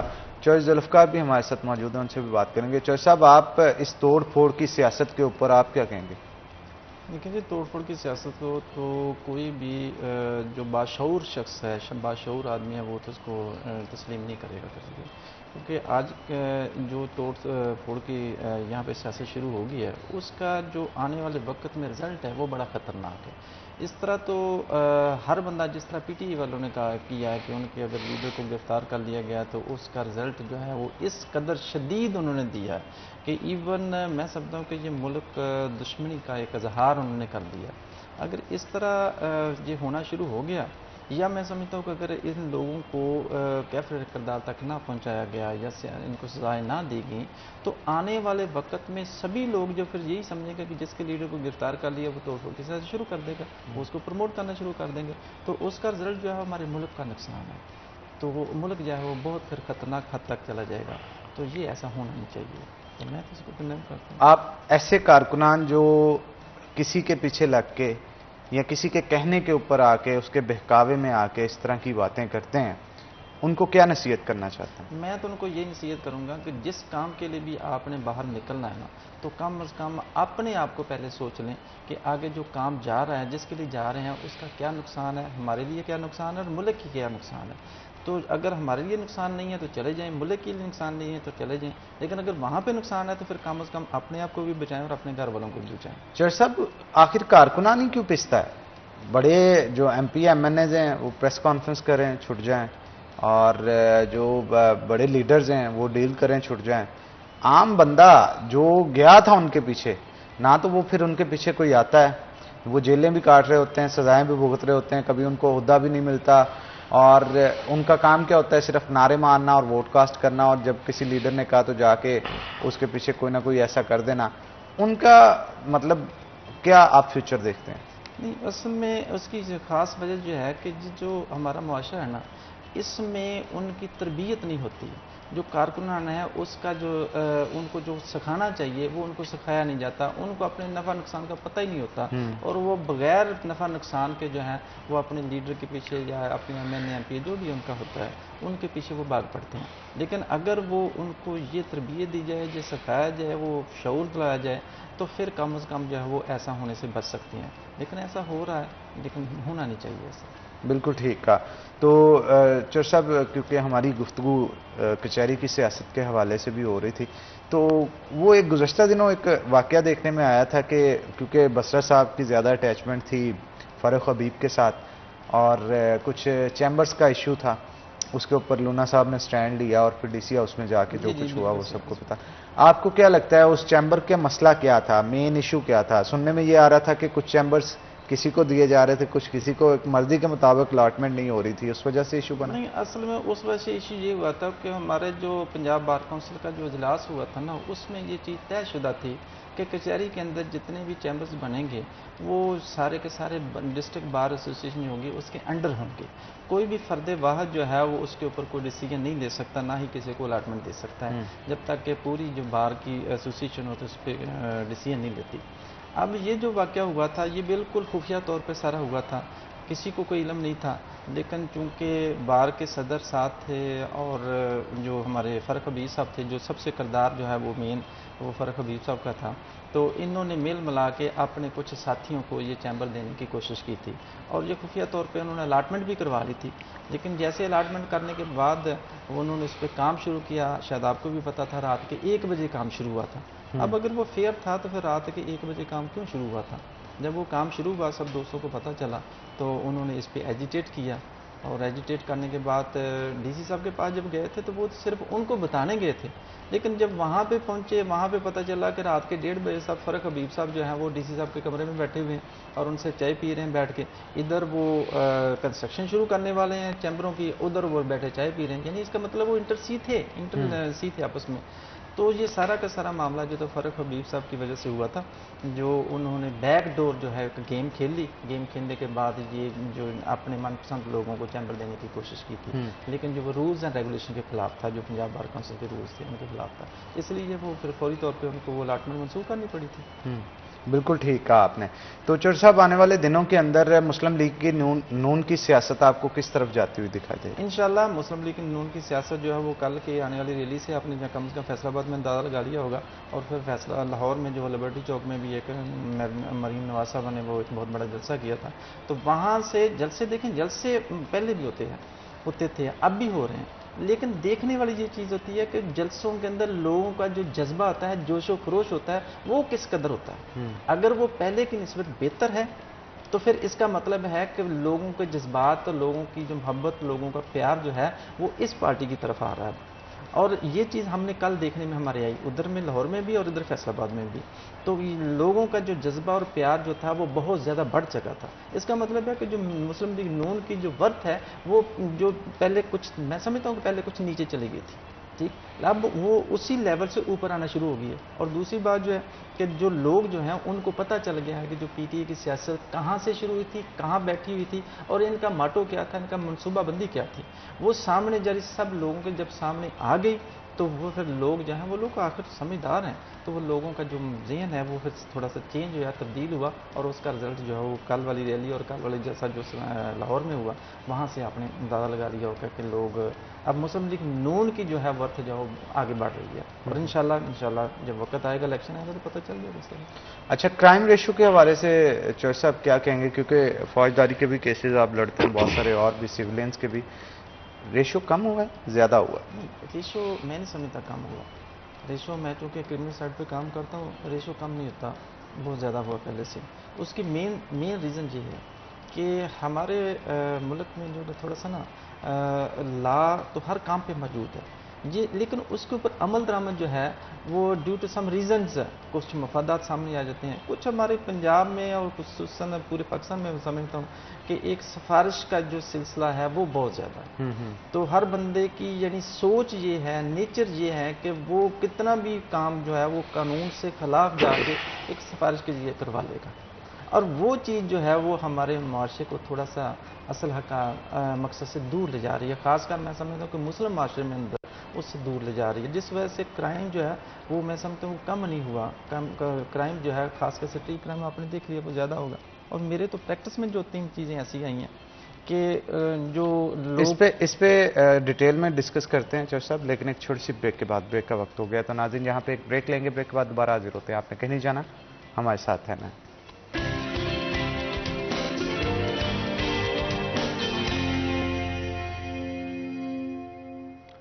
ویلکم بیک ناظرین، بریک کے بعد خوش آمدید، ہمارے ساتھ چور ذوالفقار موجود ہیں، مزید گفتگو ان کے ساتھ کریں گے۔ چور صاحب، بریک پہ جانے سے پہلے کرائم ریشو کے حوالے سے گفتگو ہم کر رہے تھے، اور آپ بتا رہے تھے کہ کرائم ریشو جو ہے وہ دن بدن بڑھا ہے، اس کی وجوہات کیا تھیں اور کس نوعیت کے کیسز جو ہیں وہ آپ کے پاس آتے ہیں یا عدالتوں میں آتے ہیں، اس حوالے سے بتائیے۔ میرے پاس تو کرمنل سائڈ پہ سارے کیسز آ رہے ہیں، لیکن اصل میں بات جو ہے وہی میں نے پہلے بھی جناب سے کہی ہے کہ جو ہمارا تھوڑا سا اپنے ینگسٹر کو جو تربیت دینے کا معاملہ ہے نا وہ ذرا بہت زیادہ کم ہے، ہم تربیت نہیں دے رہے، جس وجہ سے نوجوان طبقہ جو ہے وہ اس غلط سائڈ پہ جا رہا ہے، اور جو بندہ چلا جاتا ہے نا، اب یقین کریں میں نے اپنی پریکٹس میں دیکھا ہے کہ بندہ اس کو ختم نہیں کرتا بلکہ زیادہ کرتا ہے۔ اس کی وجہ کیا ہے؟ کیا چور صاحب یہ سیاسی انسٹیبلٹی، ملک کے جو معاشی حالات ہیں؟ نہیں، اس کے معاشی حالات اس میں کوئی شک نہیں، معاشی حالات اس میں کردار ادا کرتے ہیں۔ اب ہمارا جو خاص کر نوجوان طبقہ ہے نا وہ ہر چیز، ساری بات ان کی اپنی ضرورتیں ہیں، اور وہ ضرورتیں بھی یہ جو نوجوان طبقہ ہے اپنے آپ کی حیثیت سے کچھ زیادہ کر لی انہوں نے، اب وہ جب چیزیں پوری نہیں ہونی، جس وجہ سے جو معاشی حالات ہیں اس وجہ سے پوری نہیں ہونی، تو پھر ظاہری بات وہ اس کی سوچ جو ہے وہ نیگیٹو سائڈ پہ جاتی ہے، اور وہ اپنی ضروریات کو پورا کرنے کے لیے ہر جائز اور ناجائز طریقہ جو ہے وہ استعمال کرنے کی کوشش کرتا ہے۔ جس وجہ سے وہ اس طرف جاتا ہے. اور دوسری سائڈ پہ اگر ہم آ جائیں تو ہمارا جو لا ہے اس پہ عمل درآمد جو ہے وہ کم ہو رہا ہے، جس وجہ سے وہ جو ریشو جو ہے نا وہ کرائم کی تھوڑی سی بڑھ رہی ہے، کم نہیں ہوئی اس کی.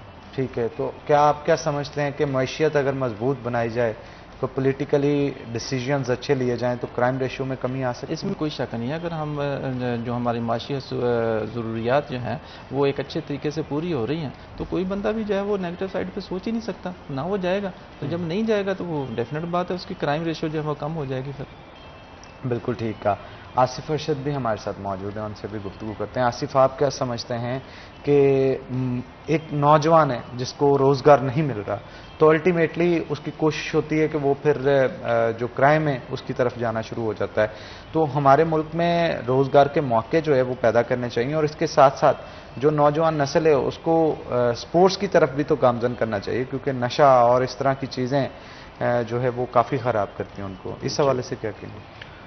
جی بالکل، کھیلوں کے میدان آباد ہوں گے تو ہسپتال ویران ہوں گے. نوجوان نسل جو کہ میں سمجھتا ہوں کہ آج کل موبائل نے ان کا جو فیوچر ہے وہ تباہ کر دیا ہے. نہ تو وہ کھیلنے کودنے کو ترجیح دیتے ہیں، نہ کسی گیم پہ جاتے ہیں، بس وہ بیٹھے ہیں تو موبائل لے کے بیٹھے ہوئے ہیں. تو جس سے ان کی یعنی کہ فیوچر میں ان کی صحت جو ہے اس پہ بھی اثر پڑے گا. تو میں یہ سمجھتا ہوں کہ ان کو اپنا اسپورٹس کے یعنی کہ ان پہ توجہ دینی چاہیے اور حکومت کو بھی چاہیے کہ وہ ان کے روزگار کے لیے بندوبست کرے. بلکہ میں یہ سمجھتا ہوں کہ جو بندہ پڑھ لکھ جاتا ہے تو اس کو چاہیے کہ وہ اپنے طور پہ بھی کوئی اپنا چھوٹا موٹا کاروبار شروع کر کے سارا جو بوجھ ہے وہ حکومت پہ تو نہ ڈالیں کہ ہمیں نوکریاں نہیں مل رہی. اپنے طور پہ بھی چاہے چھوٹے کاروبار سے آغاز کریں تو خود کو یعنی کہ اس حوالے سے بھی ہمیں کرنا چاہیے. اور اس کے علاوہ آپ کو نہیں لگتا کہ آج کل کمپین بڑی آسان ہوگی؟ ایک دور ہوتا تھا کمپین شروع ہونی، اشتہار لگ رہے ہیں جناب پورے حلقے کے اندر فلاں چیز ہو رہی ہے. اب موبائل نے جہاں اس کی کمیاں ہیں وہاں پہ اس کے فائدے بھی ہیں. موبائل نے یہ چیز بڑی آسان کر دی ہے. اب وہاں پہ کمپین چلانے کے بجائے لوگوں کے گھروں پہ اشتہار لگانے کے بجائے سوشل میڈیا پہ ایک اشتہار پبلش کر دیا جاتا ہے یا ویڈیو میسیج لگا دیا جاتا ہے، اس سے پاپولیرٹی مل جاتی ہے. کیا آپ سمجھتے ہیں کہ سوشل میڈیا کا جو کردار ہے وہ مثبت بھی ہے؟ جی بالکل مثبت بھی ہے، لیکن یعنی کہ ہمیں اس کا مثبت ہی استعمال کرنا چاہیے. تو لوگ میں سمجھتا ہوں کہ 24 گھنٹے میں سے 18 گھنٹے جو ہے وہ موبائل کو ہی دیتے ہیں. کہ کسی کے گھر کوئی مہمان آ جاتا ہے تو وہ ایک دوسرے سے بات کرنے کے بجائے وہ سب اپنے اپنے موبائلز پہ لگے ہوئے ہیں. پہلے لوگ اخبارات پڑھتے تھے، اب اخبارات کا رجحان انتہائی کم ہو گیا ہے کہ ہر خبر آپ کو موبائل پہ مل جاتی ہے. بلکہ ہم بھی ایسے کرتے ہیں کہ گھر میں ٹی وی لگا ہوتا ہے اس کی طرف کم دیکھتے ہیں، موبائل پہ زیادہ دیکھتے ہیں. تو میں یہ سمجھتا ہوں کہ سوشل میڈیا کا استعمال ہمیں مثبت کرنا چاہیے. اس کا بے دریغ استعمال سے ایک تو ہماری نظر کو بھی فرق پڑتا ہے اور دوسرے بھی بہت سارے سائیڈ افیکٹس ہیں. ٹھیک ہے، آئندہ الیکشنز کے لیے اپنے ویوز کے حوالے سے بتائیے گا کہ کیا اسٹریٹجیز ہوں گی آپ کی؟ اسٹریٹجیز انشاءاللہ تعالیٰ پاکستان مسلم لیگ نون جو ہے وہ انشاءاللہ تعالیٰ واضح اکثریت کے ساتھ منتخب ہوگی. اور آپ کو پتہ ہے کہ عوام اب بہروپیوں کو پہچان چکی ہے. تو جو انہوں نے سبز باغ دکھا کے جعلی طریقے سے حکومت حاصل کی تھی تو وہ انشاءاللہ تعالیٰ عوام اس کے بہکاوے میں نہیں آئیں گے. تو پاکستان مسلم لیگ نون اور میاں محمد نواز شریف کی قیادت جو واحد ہے، پاکستان کی ترقی کا واحد حل میاں محمد نواز شریف کی قیادت ہے. اور انشاءاللہ تعالیٰ آنے والے الیکشن میں پاکستان مسلم لیگ نون واضح اکثریت کے ساتھ کامیابی حاصل کرے گی.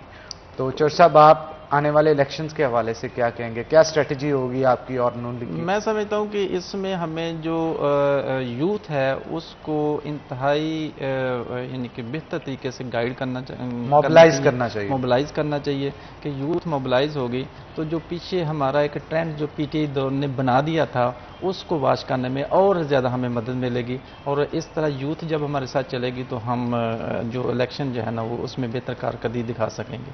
یہ سلسلہ ہے. اور آپ سمجھتے ہیں کہ یوتھ کا ہی سب سے امپورٹنٹ کردار؟ بالکل میں سمجھتا ہوں کہ یوتھ کا بہت کردار ہے. اچھا چور صاحب، آپ نہیں سمجھتے کہ 40% غالباً ووٹر ایسا ہوتا ہے جو چلتی ہوا کے ساتھ بہتا ہے؟ یعنی اگر پی ٹی آئی کی ہوا بن گئی تو اس کا رجحان جھکاؤ زیادہ پی ٹی آئی کی طرف ہونا شروع ہو جاتا ہے. نون لیگ کی فضا بن گئی تو نون لیگ کی طرف ہونا چاہیے. ہر حلقے کے اندر یہ ہوتا ہے. تو اگر موجودہ ہوا کی بات کی جائے تو پاکستان تحریک انصاف تھوڑی بہت نہیں بلکہ مکمل طور پہ میرا خیال ہے ڈیمیج ہو چکی ہے. بڑے بڑے برج جو تھے ان کے وہ الٹائے جا چکے ہیں اور انہوں نے اپنی مرضی سے پارٹی کو چھوڑا ہے. اپنی مرضی سے پارٹی کو خیرباد کیا. 9 مئی کے واقعات کو بھی مرضی سے انہوں نے مذمت کی کہ جناب مذمت کرتے ہیں اور اس کے ساتھ ساتھ یہ بھی کہتے ہیں جو ہوا غلط ہوا اس لیے پارٹی کو چھوڑ رہے ہیں. تو جہاں سے پی ٹی آئی کہتی تھی کہ نظریاتی کارکنان، تو میرا خیال ہے نظریاتی کارکنان ہی چھوڑ کے گئے کہ کوئی بھی پارٹی ایسی پارٹی نہیں ہوتی جو کہ کارکنان کو اکسا کے ان سے غلط کام کروائے جائیں. تو آپ نہیں سمجھتے کہ آنے والے دنوں میں اس چیز کا فائدہ مسلم لیگ نون کو ہوگا؟ نہیں، اس میں کوئی شک نہیں ہے، بالکل مسلم لیگ نون کو فائدہ ہے، اس کا ہوا بھی ہے اور آئندہ بھی ہوگا. کیونکہ میں نے وہی بات کی نا کہ جو نوجوان طبقہ ہے اس کو پتہ ہی نہیں تھا، اس کو غلط گائیڈ کیا گیا تھا، اس کو شعور غلط دیا گیا تھا. جب اس شعور کا ان سب لوگوں کو پتہ چلا، ان لوگوں کو پتہ چلا کہ ہمارے ساتھ اصل میں ہوا کیا ہے اور منصوبہ بندی کیا ہو رہی تھی، جب وہ منصوبہ بندی کا پتہ چلا تو وہ اس کے اپنے لوگ جو تھے وہ پی ٹی آئی کے، وہ سارے کے سارے اپنی مرضی سے وہ ساری پارٹی کو خیرباد کہہ گئے. اس کی وجہ یہ تھی کہ ان کو پتہ اب چلا کہ ہمارے ساتھ کیا کیا ہے، ہوا کیا ہے. تو اس لیے اس کا فائدہ اس میں کوئی شک نہیں ہے، نون کو ہوگا، مسلم لیگ نون کو ہوگا، اور یوتھ جو ہے وہ ساتھ دے گا تو انشاءاللہ ہم بہت ساری اچھی پوزیشن میں آ جائیں گے. جج صاحب، کہا جاتا ہے کہ ہر عروج کو زوال ہے. تو ایک دور تھا کہ جب پاکستان تحریک انصاف کے کچھ پارٹی لیڈرز جو ہیں وہ بڑے متکبر انداز کے اندر سپیچ کیا کرتے تھے، دوسروں کو جس طرح سے مخاطب کرتے تھے، بولنے والا تو پتہ نہیں کیسے بولتا ہے لیکن سننے والے کو بھی شرم آ جاتی تھی. مطلب میں یہاں پہ شہباز گل صاحب کی بات کروں یا فواد چودھری صاحب کی بات کروں، کسی کو خطر میں نہیں لاتے تھے اور منٹ میں جھاڑ پونچھ کر کے اگلے کی صفائی کر دیتے تھے. تو وہی شہباز گل نے جو ان کا پھر بیان یہاں پہ بعد میں کیا تھے، فواد چودھری صاحب کو اگر دیکھ لیں تو آپ نہیں سمجھتے کہ جب انسان اقتدار میں ہوتا ہے اسے اپنے آپ دیکھ کے جو ہے وہ باتیں کرنی چاہیے، لفظوں کا چناؤ بہترین کرنا چاہیے؟ میں سمجھتا ہوں کہ جو چیز اللہ کو پسند نہیں نا، وہ ہر صورت اس کو زوال آنا ہی آنا ہے، وقتی طور پہ ہو جائے گا. جس طرح کہ انہوں نے تکبرانہ ہر بات تکبرانہ کی تھی، وہ یہ تو سمجھتے تھے کہ جیسے ہم نے جو یوتھ ہے اس کو اپنے ساتھ ملا لیا ہے، ہر نیگیٹو طریقہ جو ہے استعمال کر کے ہم نے اس کو اپنے ساتھ ملا لیا اور ہم ابھی کہ دوبارہ کبھی جو ہے ڈیمیج نہیں ہو سکتے. لیکن دیکھیں اللہ تعالیٰ کو چیز، اللہ تعالیٰ کی ذات بڑی بے نیاز ہے، اس کو سب چیزوں کا علم ہے اور کس طرح یہ ان کا تکبر جو ہے وہ خاک میں مل گیا. اور ہم لوگ یقین کریں، ہم لوگ تو خود بھی حیران ہوئے ہیں کہ یہ کس طرح ان کو اللہ تعالیٰ نے کیسے ان کو ڈیمیج کیا ہے. تو جو تکبر ہے وہ کسی کو پسند نہیں ہے، وہ اللہ کو بھی پسند نہیں ہے، انسان کو بھی پسند نہیں ہے. تو تکبر والا ہمیشہ جو انسان نیچے اترتا ہے. ہمارے شہداء جو دن رات محنت کرتے ہیں، اپنی فیملیز کو چھوڑ کے سرحدوں پہ کھڑے ہوتے ہیں، پاک فوج کے جوان ہماری حفاظت کرتے ہیں، ایون اس امن کے پیچھے اگر میں کہوں وہی ہوتے ہیں تو یہ بات غلط نہیں ہوگی. اس امن کو بھی انہوں نے خاطر میں نہ لایا. شہید جو کہ اپنا لہو بہا کے اس مٹی کو سراب کرتے ہیں اور امن کا پودا جو ہے پھر ان کے خون سے یہ بڑا ہوتا ہے، اس کے باوجود انہوں نے اس چیز کا خیال نہ کیا اور جس طرح سے سرکاری تنصیبات اور پاک افواج کے اداروں پہ حملہ کیا، اس پہ کوئی دو لفظ آپ لاسٹ پہ اگر میں سمجھتا ہوں کہ جو انہوں نے ایکٹ کیا ہے انتہائی ہی اس کو پاکستان ریاست کے خلاف کیا ہے.